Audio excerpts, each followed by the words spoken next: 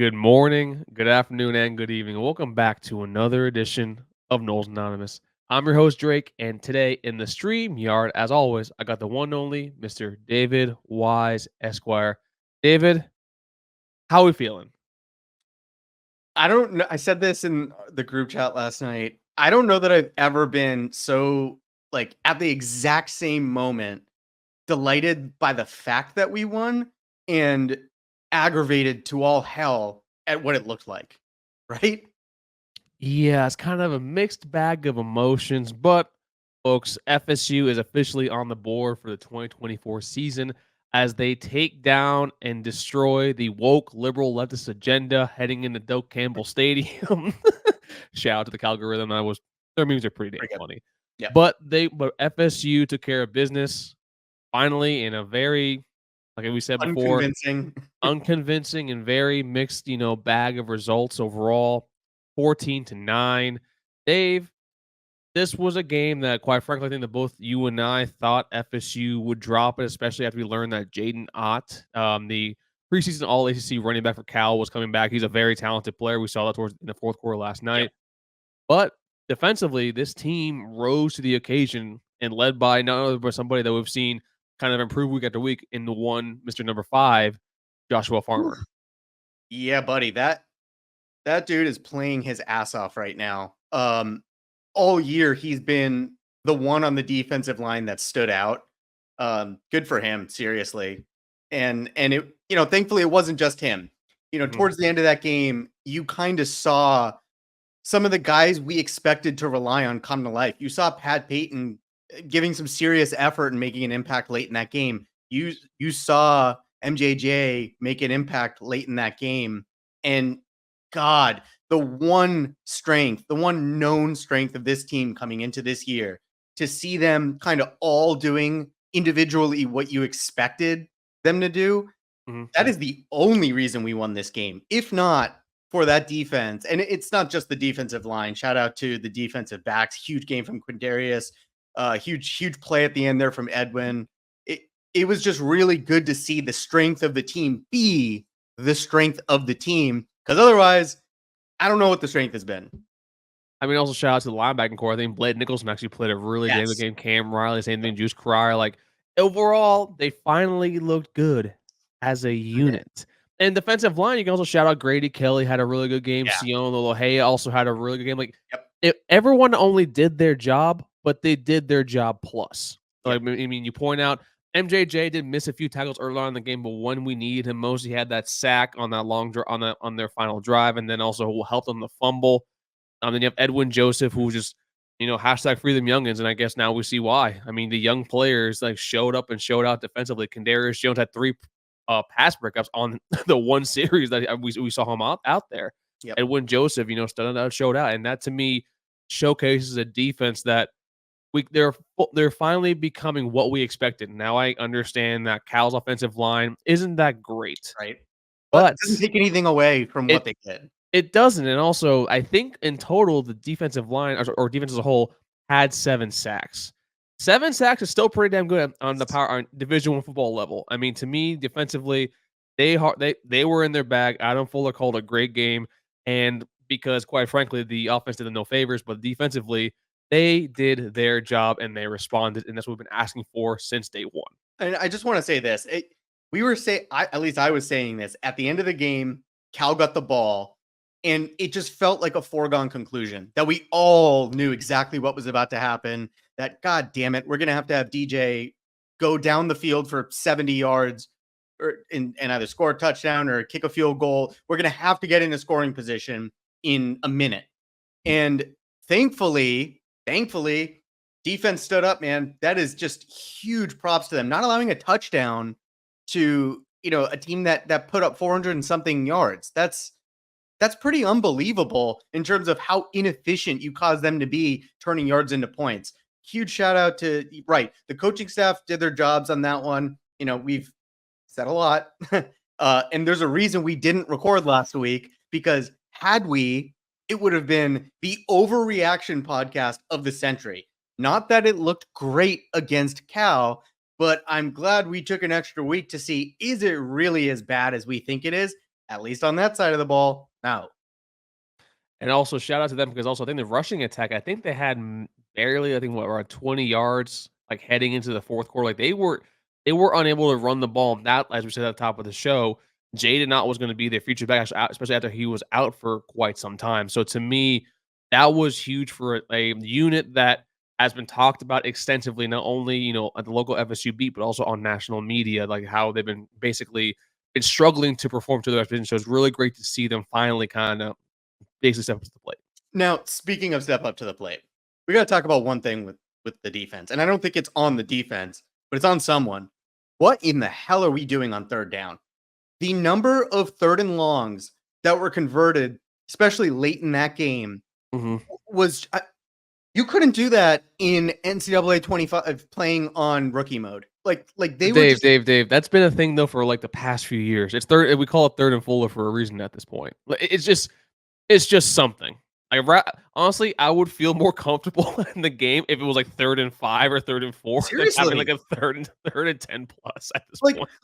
I saw somebody post on Twitter like 3rd and 10. Cal's got us right where they want us, and it was true every time. Oh my god, I know, but hey, they played well. Yep. They won us the game. Right now, let's look over to the other side of the football. Please, God, no.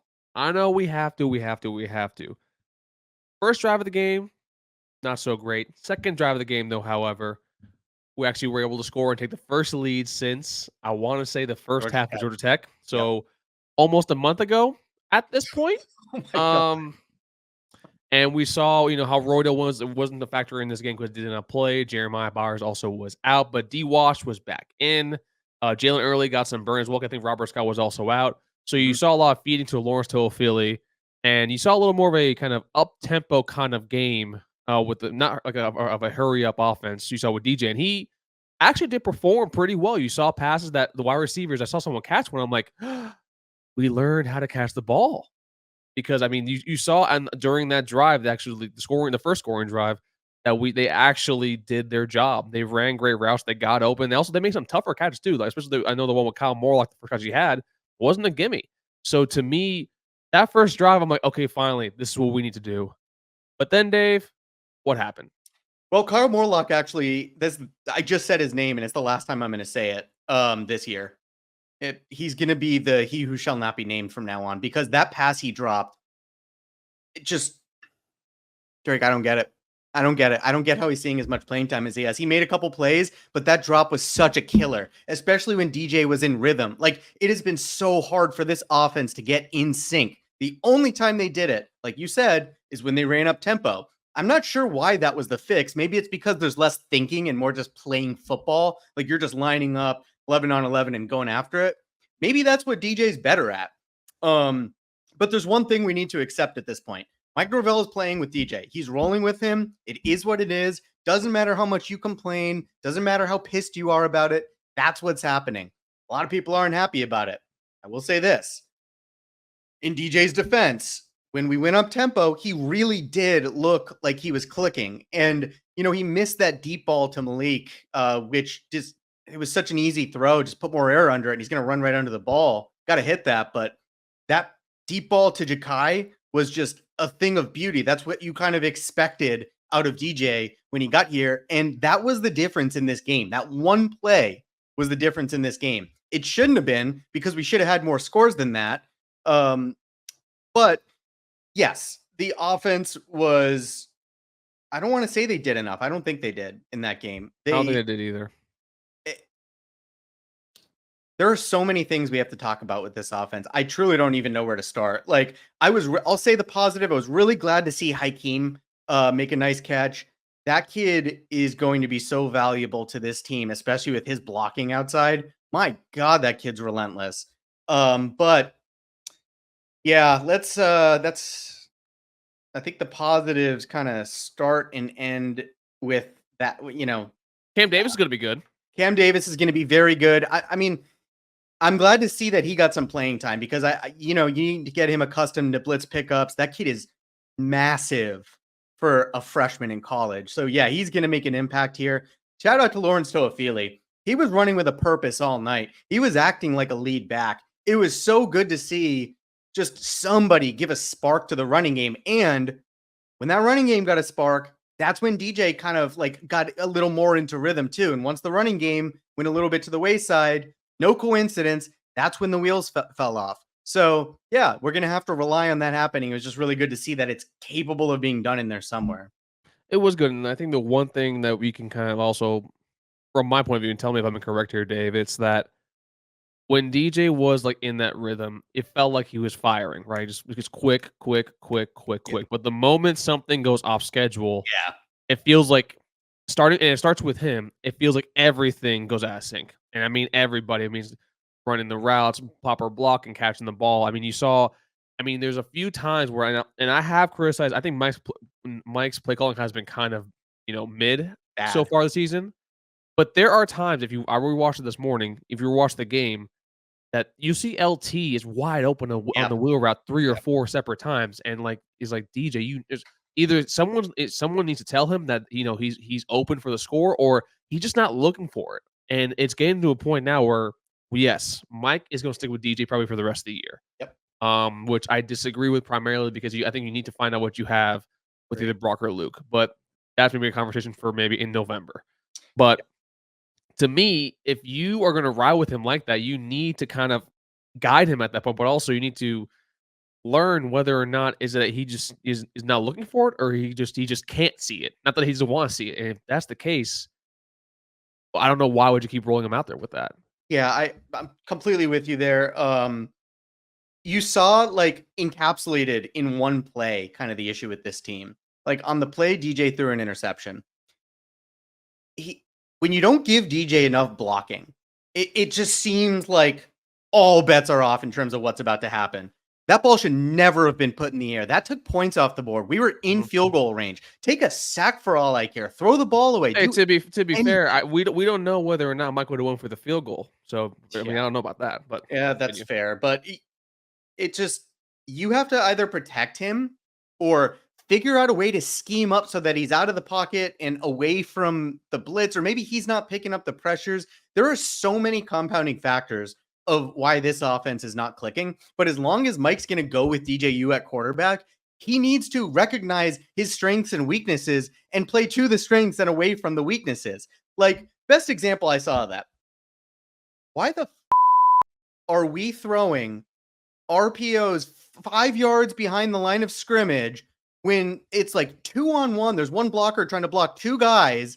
That play hasn't worked once this year. What are we doing? Mike, like everybody that's ever watched a football game, and probably some who haven't, could have told you that wasn't going to work. If you've seen any of our games this year, that's a guaranteed loss of yards. So you're putting yourself in second and long. Then you're going to run the ball in second and long. Mike, we know you are. So it's going to be third and long. And that's where this offense fails. It is such a predictable and repeated set of mistakes in terms of offensive play calling and scheming. I truly cannot understand where Mike's head is at. And like, you kind of see where his head is at. When we score a touchdown, he's sitting there on the sideline, Mike is, looking like staring off into outer space like he doesn't even know where he is. I don't know what's going on right now, but the problems do not start and stop on the field. No, I think it goes to a inherently systemic, just basically at this point, the disconnect and disjointedness of the offensively when it comes to the players, also it comes from the coaching staff and also comes from Mike being the lead play caller, which it's Gotta hurting the change. team. It's got to It, change. it's got to change because to me it's I don't know whether it will be because I mean I've said this before, I'll say it again. You're not someone like Mike Norvell or Ryan Day or Lincoln Riley or Brian Kelly or Dabo for you don't get to where you are by kind of changing your way of thinking, Yeah. right? You get that your way, you get there your own way. And it's hard to have someone change the way they want to run things because they've been so successful at it. Now they're at the apex of their profession, right? Yeah. So to me here, the stubbornness that Mike has when it comes to some of the play calling, or even though like you and I can see it, I think most of the fans can see it that stuff is being missed out on the field. Yeah. That someone else might not be missing, but he will stick to DJ for better, or stick with DJ for better or for worse. Now DJ could he can improve through the rest of the year. He might, but it's a little harder to kind of put your faith in that, especially him being a fifth-year senior kind of at this point, and he's only been in his offense for about 3 months. Let me ask you a Right? question. So you just mentioned stubbornness. The problem with stubbornness in college football today is what's the incentive to not be stubborn? If Mike Norvell is stubborn, worst case scenario is in 2 years he gets $50 million to not coach football. That's a pretty sweet gig. So what's the incentive? I don't know, but open-ended question here. What in the hell, assuming DJ is going to remain the quarterback, right? What in the hell can this offense do with this personnel to be more effective? Like, what are you seeing that could change realistically? Knowing Mike Norvell and how he calls plays and things and sticking with DJ at quarterback, what can be done? Well, in one defense, you can definitely see how Darius Washington coming back actually did like give more time. And DJ, for all his faults, has been under pressure consistently, and he already holds on to the ball a little longer than you would care for, so he needs more protection. So Jeremiah Byers kind of hopefully coming back this coming week or the week after. That will be great. The next, you need to probably. I don't want to see any more passes. The swing pass, like for example, I don't want to see any of those negative plays that basically we can see coming because you have that. You have the run up the middle that when you're when it's third and 4, or sorry, 3rd and 6. You always call that out whenever you text me during the damn game with a damn play call. Yep. So you going up tempo, I think you need to speed it up. No huddle, just keep it going because you see one thing that with DJ, if he's in a rhythm and he starts clicking and starts going at the pace a little bit quicker than we were before, like the molasses that we've seen the first 3 games, that is when he does shine, and that is actually when he feels more comfortable.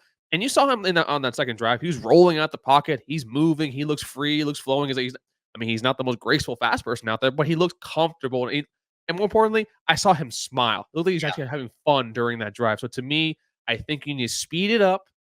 And that to me, that will play to DJ's strengths. Because his confidence is important for the rest of the team there. It's just so weird. Like, you look at DJ last year at Oregon State, played this Cal team and put up, 52 points? Well, I think that Cal offense was better than our offense. It is better. Sorry. Oregon State offense. Sorry, Oregon State offense was better than our. But it's not 38 points better. That's the thing with this personnel. Like, this is a hot. Everybody on this offense, for the most part, is a more talented, according to recruiting, than the guys Oregon State has in that offense. They obviously have a much better offensive line they did last year and a more effective run game. And those are the 2 things exactly that DJ needs to thrive. But you cannot convince me that with all the talent in this offense, whether they're playing up to it or not, whether they're being coached correctly or not, you cannot convince me that this offense should not be scoring more than 2 touchdowns a game. It's just absolute lunacy. It's so avoidable. That's the thing is, like, it's almost intentional at this point. Like, the issues if you're the coaching staff and you're choosing not to correct them. That makes it intentional what you're doing. It's almost sabotage at this point. I'm not accusing them of sabotage, but it feels an awful lot like it at this point, doesn't it? I mean, I don't know about sabotage. I just think self-sabotage.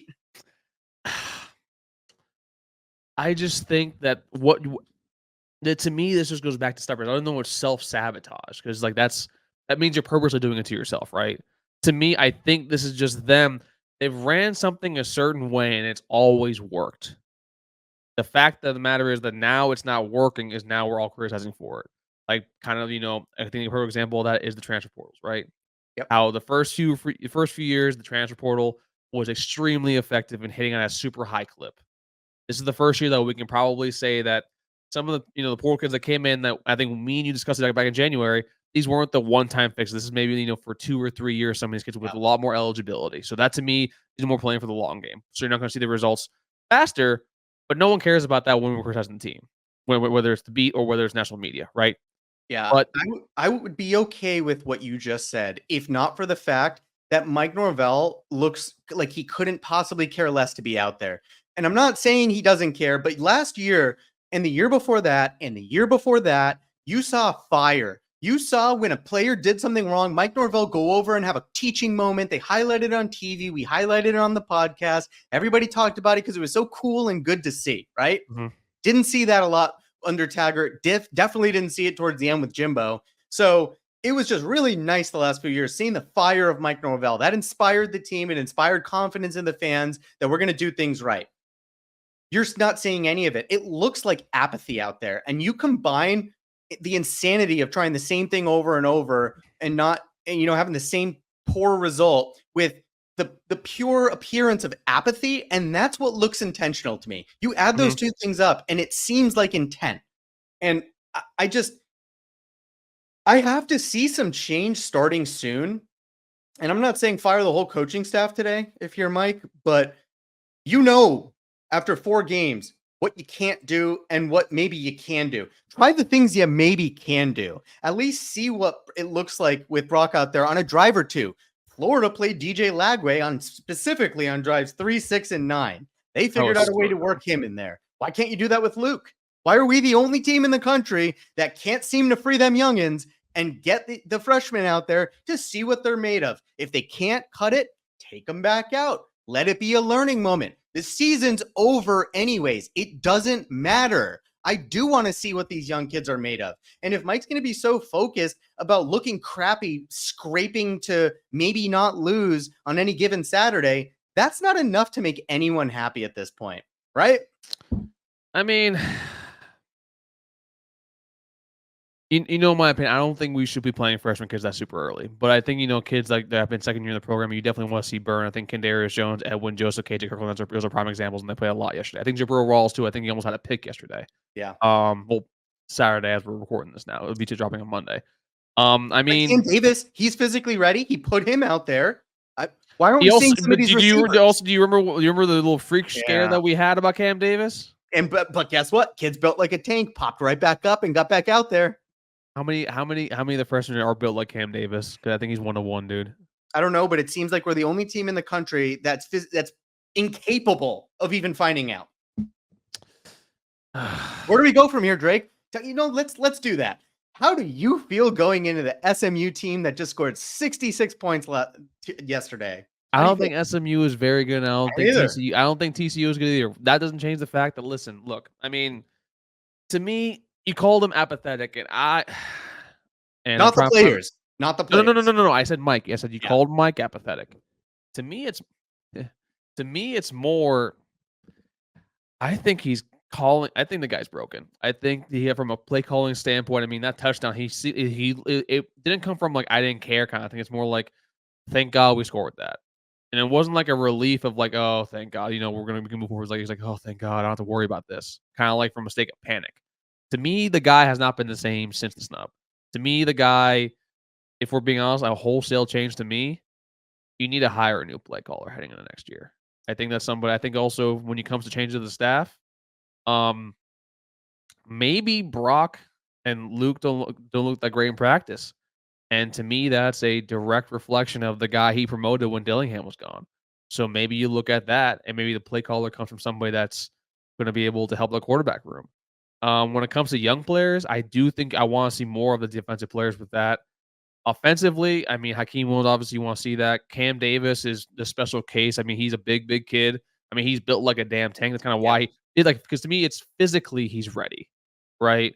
And to me, you're going to be tackled by basically young adults, grown-ass men basically playing the game now. And that's kind of more the fear, especially when you have SMU next week, and then who the week is after that. Do you really, really want your young freshman 18, 19-year-olds being hit by Clemson's defense? Brother, I'm not saying start him, and I'm not saying play him for 30 snaps, but the fact that you cannot figure out a way to get LaWayne McCoy on the field for one play, the fact that... the same LaWayne McCoy that had the muff punt the week before? Drake, that's such a dumb point for me because and I've seen but that's what I'm saying though. It's like, do we know if some of these kids are ready for that? I'm fine with starting some of these kids if you know that, but also there's got to be a reason why. Start having them in the game. Look, I've seen that point made so many times on Twitter about LaWayne McCoy, and I'm getting sick of it because he was run into by his own player. Like, first of all, I don't know how that's even allowed, but we don't need to talk about that. I just want to see if the coaches are correct in not putting them out there by putting them out there and seeing what they look like. Because guess what? If they go out there and they don't look good, I can guarantee you the result of the play is the same, which is a sack or an incomplete pass. If they go out there and they look good, though, maybe you have something. Maybe you have a spark. because you sure as hell have not found it through 4 games. And yes, I agree with you. SMU is not So when do you, so when do you want to start doing that? Right now. I'm not saying you should do it against that Clemson defense, but it should have been done but already. that's kind of what I mean. Like when do you want to start doing that? SMU next week. Mm-hmm.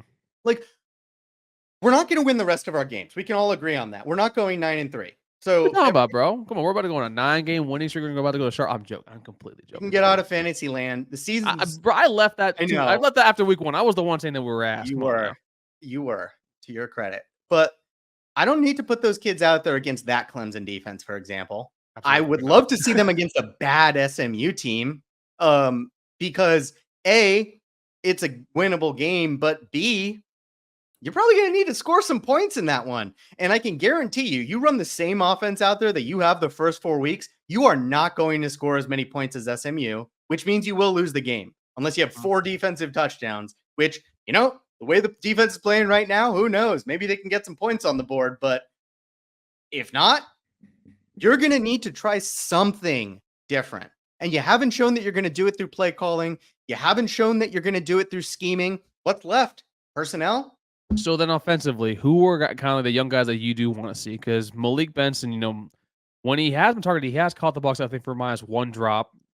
Landon Thomas is someone I do agree with you. I do want to see kind of what you have there. I do agree with that because he was a top-rated tight end recruit, and what you're getting right now from that position is kind of leaving a lot to be desired. But are you going to bench Ja'Kai, who's been actually one of your few great players? Or are you going to play offensive lineman, like a young one? I'm not saying bench anybody. All I'm saying is work some guys into some specific packages. Design some plays up for the young guys just to see what they're made of. They know it's coming, so they're prepared. It's not like they're going out there being like, oh my God, what's that play call? It's like the only one you've practiced all week for them, right? I get that. So then would that be a play then, like DJ specifically has to go with him with the ball? Because what we discussed earlier, DJ's not really reading them out. You know what I'm saying? No, but like design him a play on like where you're up against man or zone and just do a man beater or a zone beater and have him be the target. If the read's not there, then you don't throw it. God knows you might throw it anyways and throw a pick, but still. That's kind of my point. Yeah. Like, what's the difference at this point? The guy, the way you're playing right now, it looks like this offense is just like every catch is difficult and contested, or every ball, it's like we're running just 4 verts on half the plays. And like, of course there's not time for that. Everything is so difficult to get. And I think that's kind of the frustration here. And it also doesn't help when like, it feels like the play, sometimes the play calling, and sometimes you also can look at DJ, not kind of like, he's struggling with his pre-reach. He's not going to the obvious open man. It just feels like when we try to do anything, it requires a Herculean effort to get the smallest success out of it. That's the perfect way to describe it. We make football on offense look so incredibly difficult. Like, it looks to me like if you took Paul Johnson's Georgia Tech team and forced them to play a game fully as an air raid offense, it's like, well, that's not going to work. No shit.